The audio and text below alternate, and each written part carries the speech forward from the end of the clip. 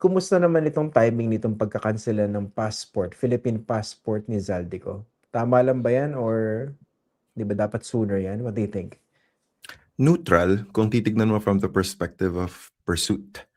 Kasi kung talagang seryoso, dapat before pa siya umalis, dun pa lang kinancel na para hindi siya nakalabas, 'di ba? So once na nakalabas siya and we're making some assumptions here na baka nga meron siyang second passport and yun na nga yung lumalabas na balita na actually meron daw siyang Portuguese passport and kung totoo nga itong mga haka-haka na nasa Portugal nga siya, merong masamang balita.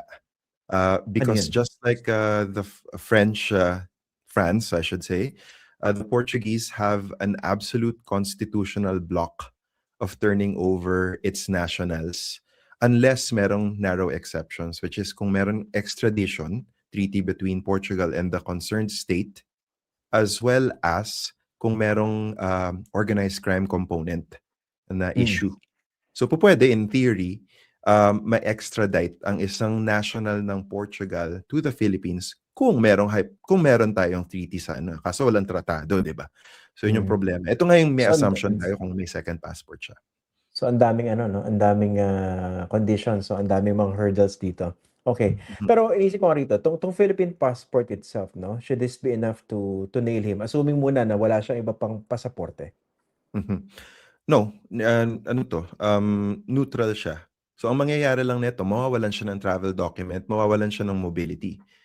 So halimbawa nasa Schengen zone siya, nawalan siya ng passport, in order to move around, he would go to assuming wala siyang second nationality, pupunta siya Hmm. sa isang Philippine consulate or embassy, hingi siya ng bagong passport or hingi siya ng travel document, at which point, puwede na siyang iproseso ng consular officers natin for whatever it is that they need to do.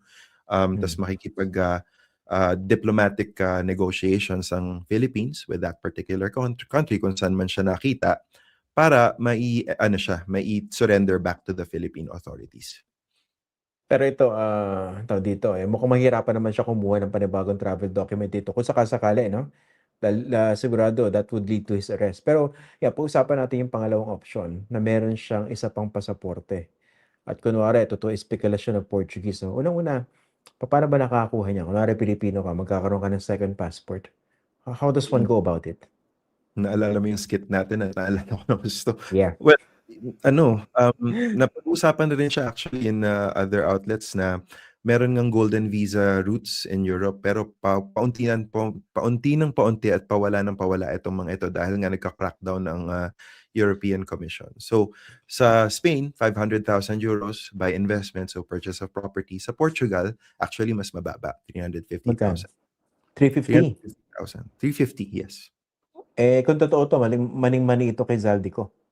That's true. Magkano lang ba ang 350,000 euros para sa isang someone who has like aircrafts, 'di ba? Allegedly. Hmm. Oo. So yun, papaano ba para to refresh the minds of our viewers 'no, kunwari ikaw si Zaldico, you decided to get another foreign passport 'no, another passport. So gaano ba kadali ito? Golden visa rin ba yung ruta nito, yung 350? That falls under that category? That's certainly one route. So ang mangyayari nito, kukunin niya yung golden visa niya for residence tapos kailangan ma-prove niya na tumira siya dito sa jurisdiction na ito para ma-meet yung residency requirements for nationality. And as far as I understand, Portugal requires 5 years of physical presence as residency. So Is that titignan mo yung continuous? 183, sorry? Sorry, is that continuous stay or Hmm. accumulated? Usually, yung sinusundan nilang pamantayan dito is yung tax residency. So, ibig sabihin, 183 days of physical presence in a particular country. Titignan mo rin yung nationality laws. Usually, meron silang requirements na hindi ka pwedeng maging absent for too long. For example, in Spain, you cannot be absent for more than 90 days consecutively. Hindi ko lang alam kung I haven't looked into it. Kung yung Portugal nga, ay mayroong ganong equivalent rule. Pero generally speaking, yung tax residency yung hinahanap dito, 183 days plus 1. Tapos kapag na-meet mo yan for a certain number of years and Portugal has 5 years for nationality, pwede na sila mag-apply ng nationality or citizenship. And on top of that, kailangan nilang mag-pass ng test and kailangan nila ng language test. And I believe Portugal is one of the more relaxed ones kasi yung level niya is low intermediate level of Portuguese lang ang kailangan. Iniisip ko rito kung ikaw naman si Zaldico, definitely meron kang escape route dito dahil hindi naman siguro iniisip mo na forever na ma-enjoy mo itong loot mo, no? Allegedly, dito sa flood control scandal. Mhm. Ang inisip ko naman, so, yung mga ganitong bagay, pinaghahandaan to years before, hindi ba? Oh, for sure. Hindi ako magugulat kung meron silang mga emergency kit para tumakbo, 'di ba? Yung mga Mm. ganitong situations na actually may mga kausap din ako mga, let's say, not so savory characters in the past before kung paano nila ginagawa. Kasi curious din ako. It's a matter of curiosity then for people who move around and people who study the movement of people. Kagaya nga ng linya ko, for example. Kasi kadalasan nangyayari dito is ang movement ng tao, dali, according to the papers, kailangan ng passports, pati yung movement of property.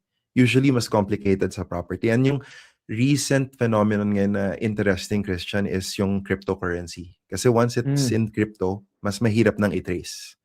So hindi ako Ah. magugulat kung substantial portion of the fortunes allegedly amassed would have been put into channels na hindi na matitrace ng Bangko Sentral, for example.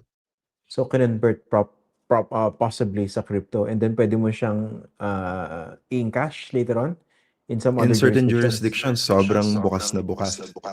Okay.